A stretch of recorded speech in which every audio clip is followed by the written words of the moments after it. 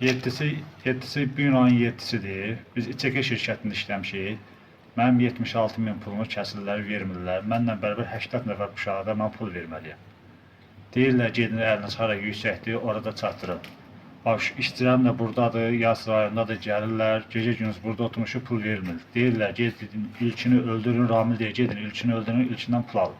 Biz burada öldürməyə yox, işləməyə gəlmişik. Mənim də adım Səfərovdur.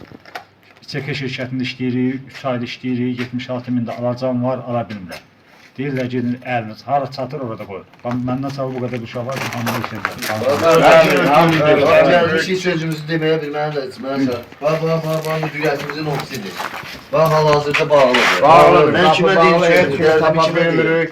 Göz gəlirsən deyir ki, bu dəqiqə dur burada, mən gələcəm. İki dəfə hal-hazırda ofis bağlıdır.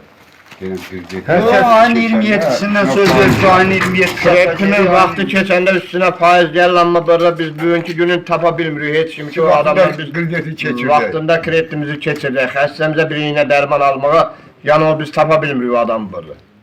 Ayın 29'a bize vədə vermişdi. Ha yoldaşlar. Bəli, 29'da deyilmişdi pul veriləcək. Yok. Günlərim məsələsini yer anladık məsələsini. Verəcəm bu tərəfə. Alın. Herkese idiotist batında düşürdüm çöllere. 3 gün ben burada kalmışam. Çörek yemeye pulum yok. Asfaltın üstüne yatıp duracağım. Işık yoktu, plate kızdırasan. Gaz gelmiyor. Ne eləməliyim? İşte bir saat tapa bilmirsən. Hastamız var, azarbaycanımız var. Biz yoğunmağa yerde tapırıq, çölləmədə tozun torbağın içinde qallıq ki, yani aile uşaq dərdindən çıxmış o çöllü diye var. Vallahi hamı bir çörəyindən ötəyə çıxır ki, ailəmin torpağın içinde işləyir ki, bu boyda şirkətdə bir dənə hamam var başını yeməyə. Yox, heç nə. Əvvəldən sana demişdik ki, səhərə bir gündə yəni hamamınızı bütün istirahət zadlarını Onun başında kim oturur? Ramil müəllimlə Ramil mən oyunları yığdıq. Şeye gedirdim, TTX-yə gedirdim. Allah'ım ne olsun. Gedəcəm də. Mən gedirəm. Kardeş bak 29'unu bize vədə vermişler. Ha, düzdür. 29'una kim dediler işleyin.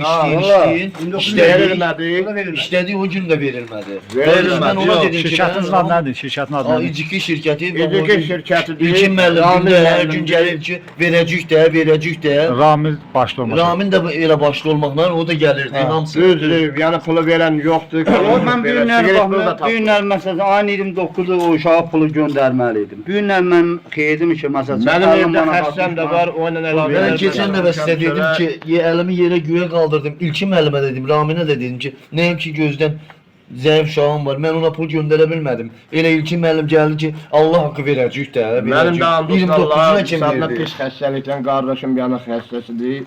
Yəni dərslərdən çıxmışam çölə, yəni onunla əlaqədar da incitib pul verən yox. İndi biz dərdimizi kimə deyək? Gəlmişik, bax budur, qalacağıdır bura.